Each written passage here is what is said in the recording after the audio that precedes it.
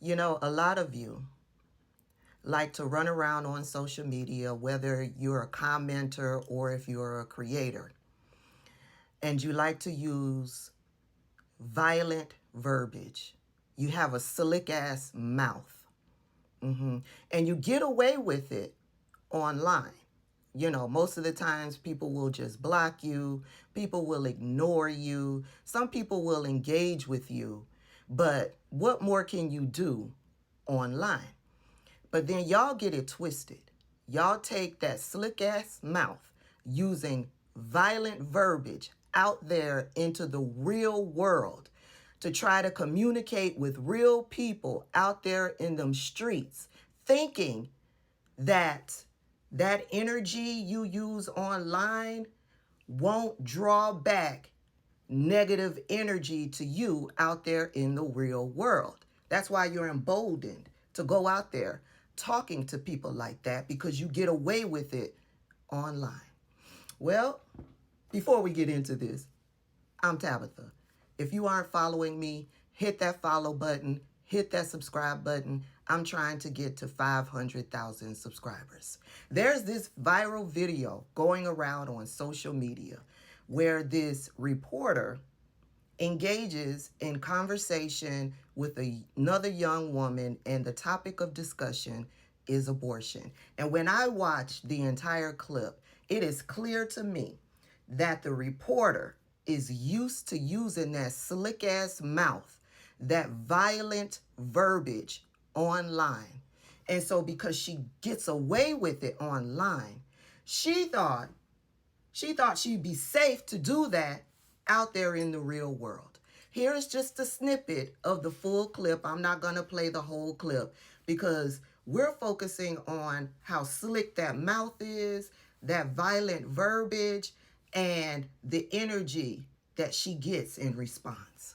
It was really cute to saying I'm an effing idiot. That's so mean. But I think that your point of view is very obstructed, and I think that you just don't understand the magnitude of having a child. Yeah, well, I'm not the one who admitted they would be okay with killing babies in foster care and killing children that have been abused. That's not the point. What I'm saying. That's really. Sometimes when you take that slick ass mouth and that violent language and try to communicate with other people out there in the real world, yeah, sometimes you get a 2-piece and a biscuit. Sometimes you get that wop, wop, wop. Sometimes you get that I'm going to send you to your fucking maker.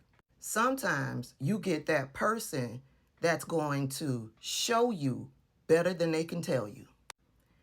What that woman, the reporter, said to the other woman, that was violence in itself.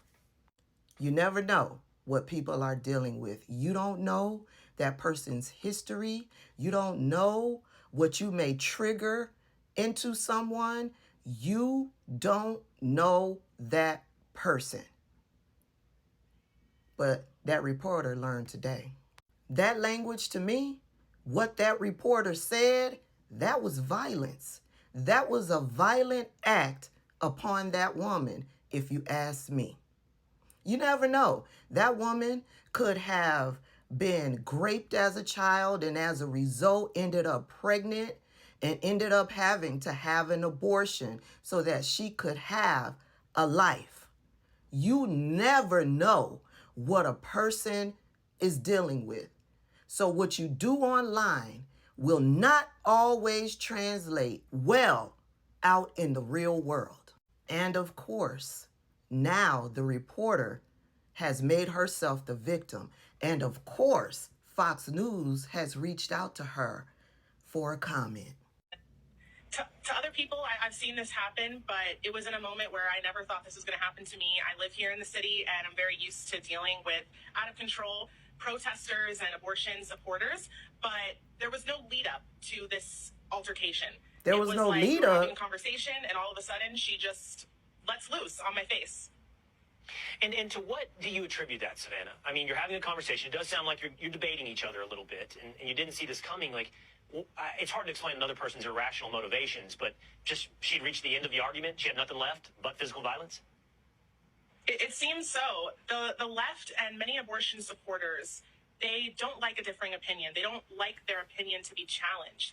And I believe what happened here was, like you said, we got to the end of the argument. I was repeating back the things that she had stated. Savannah, say this into that woman's face. I want you to get into that woman's face and say all of this bullshit that you said in your Fox News interview in her face. I dare you. Second, you're in New York. You don't know that a slick-ass mouth will get you boxed up in New York? Lastly, there was no lead up. I saw that woman very frustrated with your slick-ass violent mouth. I saw her turn away from you more than once. Baby, those were signs for you to zip your lip, for you to pull it back. You must have a whole bunch of white people in your circle, because anybody who can see clearly could see that she was leading up to knocking your ass out. Oh, I forgot. Y'all don't like wokeness. Y'all don't like being informed. Y'all don't like being aware. See, if you were more informed, if you were woke, if you were aware, you would have saw all of those signs and you would have shut your slick ass mouth. Listen, I don't advocate for violence. I don't.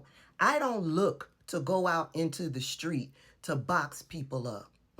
That's why when I communicate with people, I watch my fucking mouth. This is a lesson for you, Savannah, and all of the rest of you with your slick ass mouths using the violent language. When you get out in them streets, watch your mouth.